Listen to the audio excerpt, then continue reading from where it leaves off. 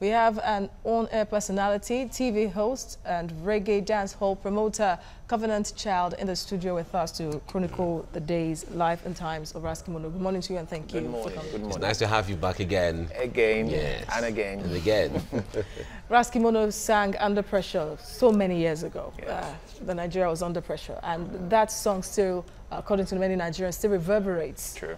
Till today. True. Tell us about the quality of songs Ras Kimono churned out when it was really active. Out of five. Do you understand? And now he's passed on. The quality of music is just still high up there in terms of content, in terms of even production to a whole large extent. But primarily content. You said he did Under Pressure several years ago. Are we still not under pressure? Do you understand? So this is some of the things that we have been talking about when it concerns the genre of reggae dancehall music. Content is very key. You know, and for Kimono, somebody was saying the other time, how will he be remembered? His works. And that's why we came up with that caption, Kimono lives on. Ras Kimono lives on. If you see the communications, you see lives on, because he will continue to live on. The legacy is there. The music is there, you know, so he lives on. All right, in keeping his legacies alive and also keeping his message alive, his colleagues, his compatriots, those who were very close to him. You were one of those. In fact, you were still one of those. But others who were singers like what are their names now? Oris Wilkie? Oris Wilkie, exactly. Magic Fashek and the others, the Mandators and so. Is there any plan? What are they coming together to do to keep this alive? Well, there are several plans in the kitty. There shall be a museum. There shall be a center built for him, where people, ordinary, just like how you have it in Kingston in Jamaica, where people get to go and pay tribute. Do you understand? And in that spot, you should have reggae dancehall music, and then probably like a reggae dancehall corner. You understand? And then somehow the Caribbean cuisine should slide it in. So that is in the works. That is in the works. Okay, in the 1980s, the reggae genre was quite popular in Nigeria, but that is no longer the case. It's still popular. Is it really? Well, it's still popular. Is it as popular as it was back then? That hip-hop has taken, now, over. Did hip-hop, the last time I came, I think we talked about this. Has hip-hop really taken over? Sorry. I'm privileged to be one of the OAPs, if not the only OAP who's ever had a reggae dancehall show on network, on radio. Yeah? And that opened Don't you even eyes. think that explains it? Let me get to him. Okay. So that every other person does his or her a reggae show, yeah, in the confines of a particular state. You understand? But I was in one state and then had access to the 6th geopolitical zone. When I do my show, I got feedback from J-Town. How did I know J-Town is J-Town? Because of the show. It's Jos to me. But I was educated and they said to me, hey, Jos is not, it's J-Town. The whole of J-Town plugged to the show because it's reggae dancehall music. Half of Port Harcourt plugged to the show because it's a reggae dancehall show.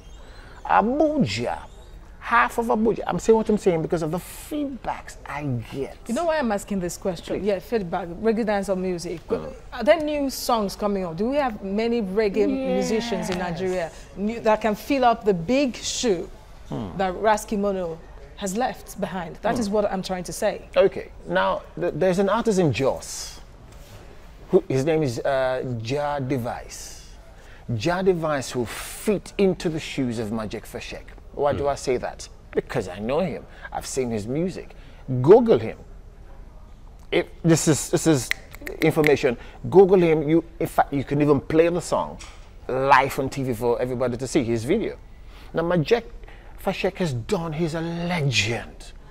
But as somebody who has taken this niche, and I've worked, this is almost 20 years I've been doing this, so I know a lot of these artists, and I know they've been underground.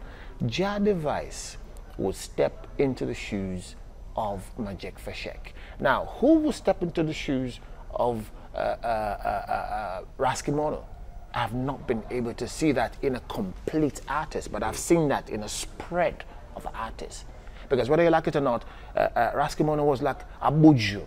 Was like a buju bantan to us. Because if you check it, his song was vibrant. Yeah. He was a reggae, very strong dancehall artist. Some were doing core reggae, but Kimono had that vibe about him. So he balances the song between reggae and dancehall.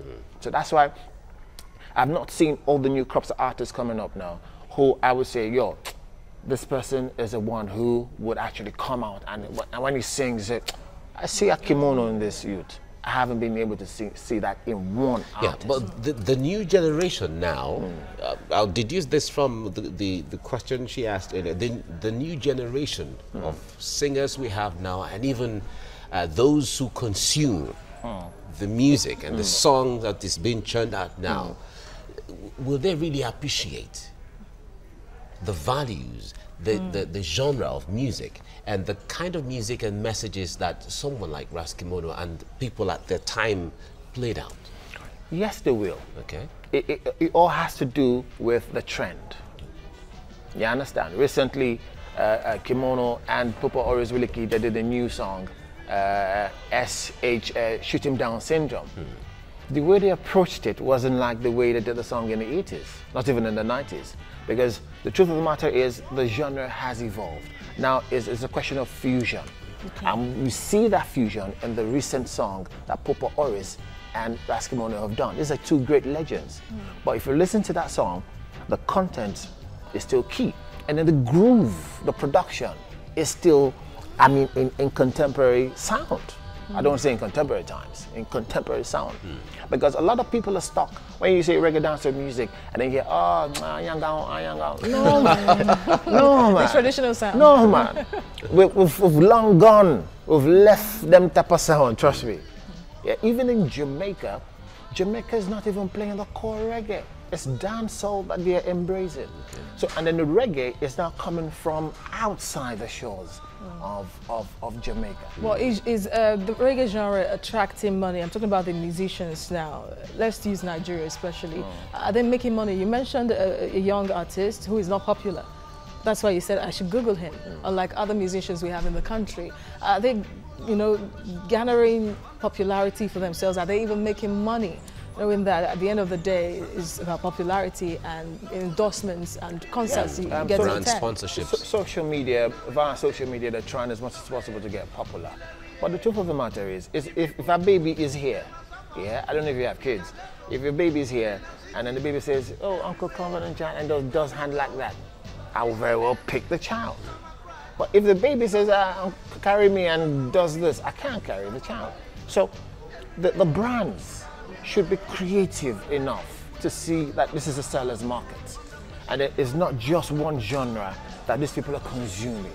Even though they say, yo, it is a youth that have more numbers, but those same youth are consuming reggae dancehall music of the current times. The Craniums, the Movada, the Vat Cartel. There's like young people consume this. You know, Patoranking started with reggae somehow, but now does he even go into it? I know Patoranking very well. He literally passed through me. What Patoranking did was, he came on with reggae dancing music and they wanted to spread out. Do you understand? To make the money. Exactly.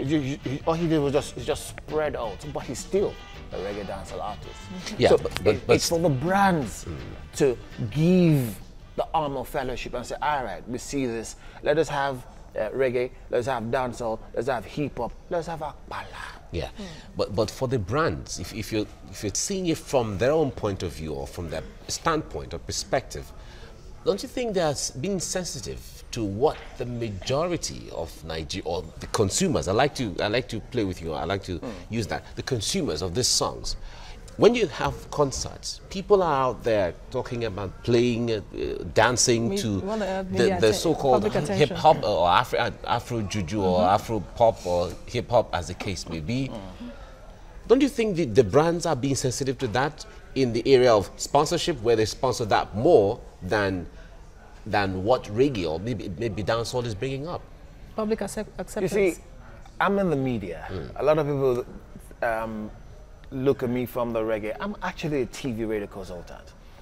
And I don't want to sit down here and just run down the brands, but they're not really doing the work they should be doing. That is the truth.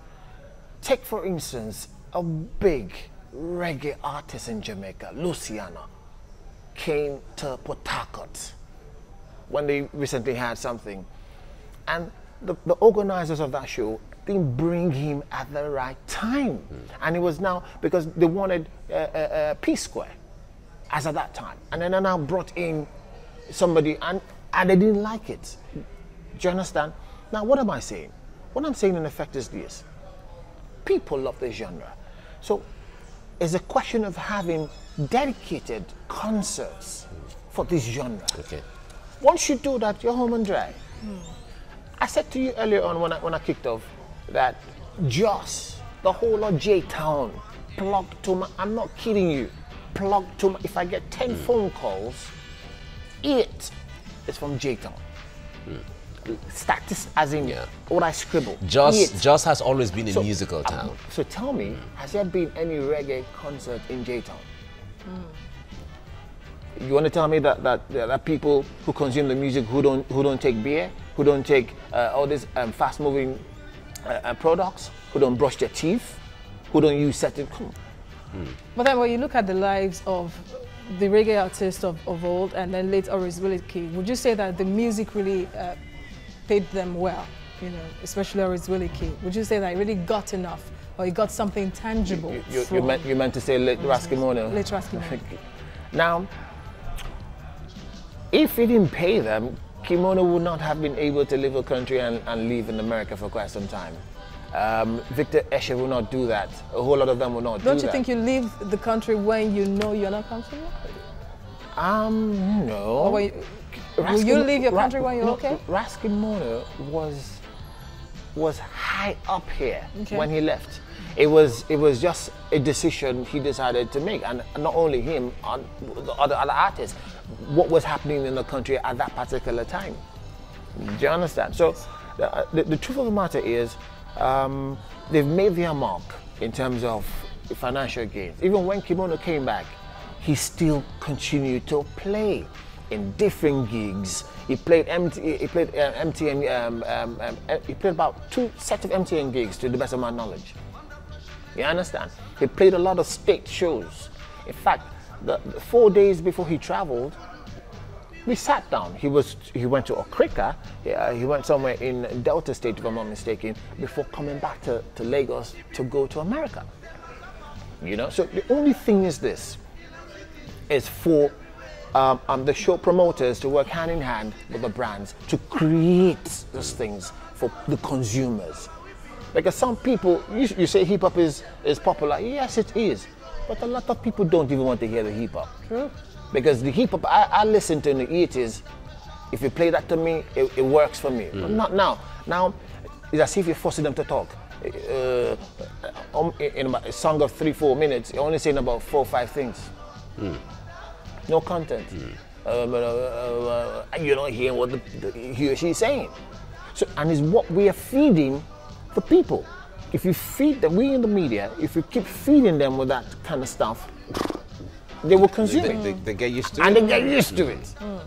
They get used to it. So it's the same thing I keep telling some female on-air personalities. The voice is key. Yes, you're a female. I don't expect you to have a man's voice, but the voice is key. A lot of voices speak. Some voices sell. So what voice do you want on your platform? I keep saying it. They say, I'm too critical. You don't expect me to tune to my radio and I hear a female. But but if you expose the audience to that, they get used to it. But does that make it right? No. All right. As we round off now, what will be the message to Nigerians as Ras Kimono takes the final journey home right now? Reggae, reggae, and more reggae. In fact, Kimono says to us that we should not mourn. He said that in explicit terms, that we should not mourn, that we should celebrate him. So I say to Nigerians, celebrate Ras Kimono. Make sure you have a dose of reggae dancehall music each and every day. Right. Thank you very much, Covenant Child, TV host, reggae dancehall promoter. Thanks for coming on the program. Thank you for having me. Wish you well. Thank you. Thank you.